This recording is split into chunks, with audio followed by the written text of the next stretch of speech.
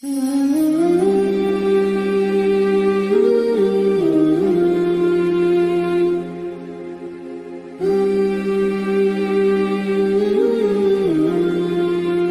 আলাইকুম রহমতুল্লাহি ওয়া বারাকাতুহু। আজকে আমরা একটা Prius red colour a premium Turing selection 2020 এর একটা গাড়ি আমরা কাস্টমারকে ডেলিভার করতে যাচ্ছি। তো এই গাড়িটা কাস্টমার প্রি অর্ডার করা ছিল। পার্টিকুলারলি প্রতিটা প্রিয়াস আসলে রিভিউ করার প্রয়োজন পড়ে না, কিন্তু যেহেতু আমরা রিকন্ডিশনড ইউনিট সেল করতেছি, প্রতিটা গাড়ি কিন্তু ইউনিট টু ইউনিট ভ্যারি করতেছে। কোনো গাড়ির মাইলেজ কম থাকতেছে, কোনো গাড়ির মাইলেজ বেশি থাকতেছে, আবার গাড়িটা যখন রিকন্ডিশন হচ্ছে অর্থাৎ জাপানে কোনো না কোনো ইউজার এটা ইউজ করতেছে, যার কারণে দেখা যায় সে তার পছন্দ মতো স্পেকটা সে কিন্তু জাপানেই কাস্টমাইজ করে ফেলে। তো আজকে যে গাড়িটা আমরা রিভিউ করতেছি এটা এ প্রিমিয়াম টিউরিং সিলেকশন, যেটা একটু আগে বললাম। এই গাড়িটাতে খুব বেশি কিছু নেই, লাইক আমরা যেটাকে খুব বেশি বলতে মনে করি সেটা হচ্ছে মডিউলাসটা বডি কিট। সো মডিউলাসটা বডি কিটটা নাই, কিন্তু এটা বাদে কিন্তু সবকিছু আছে এবং রেড কালার একটা ডিসেন্ট একটা ভাইব কিন্তু কারটা আপনাদেরকে শেয়ার করতেছে ইনশাআল্লাহ। এই গাড়িটাতে আমরা এখানে দেখতে পাচ্ছি এখানে আমাদের ফগ ল্যাম্প, ডিআরএল অ্যান্ড সব থেকে মজার যে ফিচারটা 360 ক্যাম কিন্তু এই গাড়িটার সাথে চলে আসছে। সো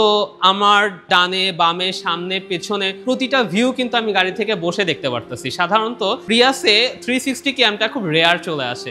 আর সব থেকে বড় যে ফিচারটা আমরা এখানে প্রিয়াসের মধ্যে খুব রেয়ার পাই সেটা হচ্ছে আমাদের ভেন্টিলেটর সিটটা। আমরা যদি ভেতরের গাড়ির ভিডিওটা যদি দেখতে পারি আমরা দেখতে পারবো এই গাড়িতে কিন্তু আমাদের সিটে হট অ্যান্ড কুল দুইটা মুড়ি আছে। সো আমরা গাড়িতে বসে আমরা যেমন নর্মালি আমরা সিটের ওয়ার্মনেসটা ফিল করতে পারি, ঠিক একই রকম আমরা কিন্তু সিটের কুলনেসটা আমরা কিন্তু ফিল করতে পারবো ইনশাল্লাহ। ঠিক একই সাথে গাড়িটাতে আমাদের যে জাপানে যে আমাদের টয়োটা আর্মো সাউন্ড সিস্টেম সেটা তো আছেই, প্লাস জেবিএল এর যে টুইটারের কথা বলি এখানে সেই টুইটারটা কিন্তু এখানে অলরেডি ফিক্স করা আছে। গাড়িটা 2020 এর এবং গাড়িটা যথেষ্ট ইউজও হয়েছে।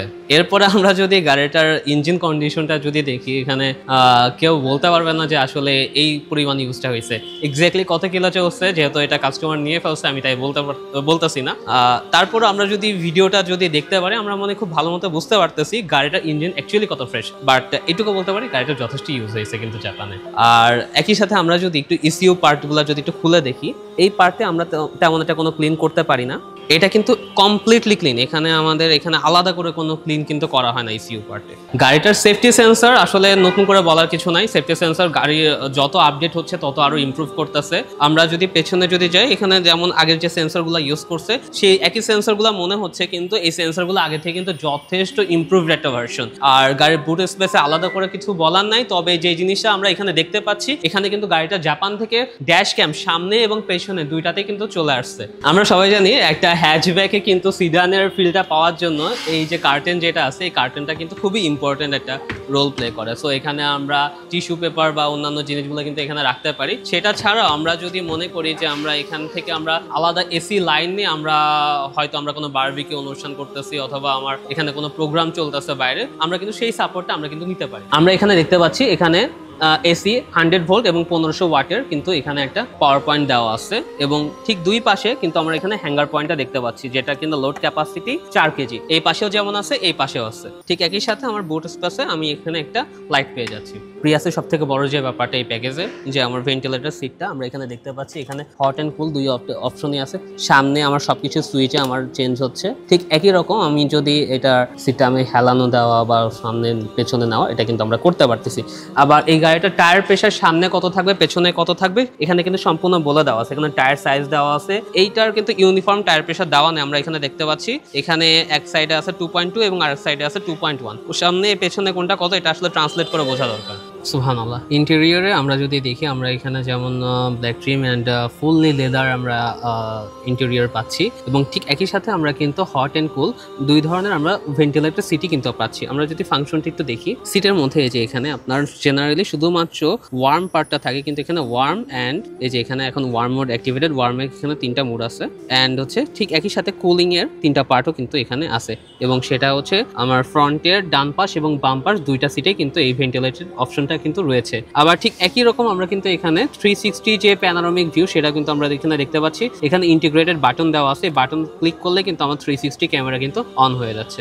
এই যে 360 ফুল সারাউন্ড ভিউ কিন্তু আমরা এখানে পেয়ে যাচ্ছি। ঠিক একই সাথে গাড়িটাতে কিন্তু এখানে আমরা যদি দেখি আমার সামনে কিন্তু সম্পূর্ণ আমরা হেডস আপ ডিসপ্লেটা কিন্তু খুব ক্লিয়ারলি দেখতে পাচ্ছি। সো যার কারণে আমাদের এই মিটারের দিকে তাকানোর যে একটা ব্যাপারটা সেটা কিন্তু আমাদের সম্পূর্ণ চলে যাচ্ছে। আমরা ফুল কনসেন্ট্রেশন তখন আমরা রাস্তায় রাখতে পারবো ইনশাল্লাহ। তো এই ছিল আমাদের আজকের গাড়ির দোকানের রেড কালারের যে প্রিয়াসটা আজকে আমরা ডেলিভার করলাম।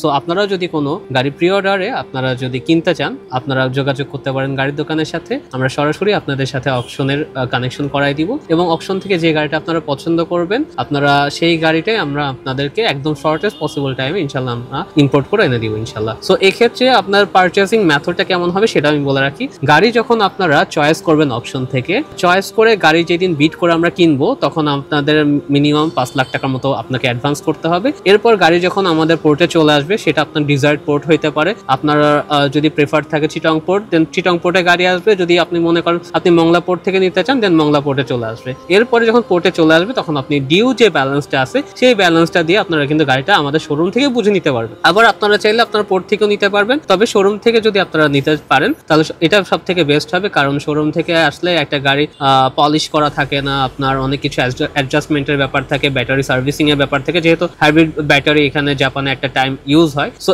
এই সম্পূর্ণ সার্ভিসিংটা কিন্তু আপনারা তখন গাড়ির শোরুম থেকে আপনার অর্থাৎ গাড়ির দোকান থেকে যখন আপনারা গাড়িটা রিসিভ করবেন তখন কিন্তু আপনারা পেয়ে যাচ্ছেন ইনশাল্লাহ। আল্লাহ হাফিজ, আসসালামু আলাইকুম ওয়া রাহমাতুল্লাহি ওয়া বারাকাতুহু।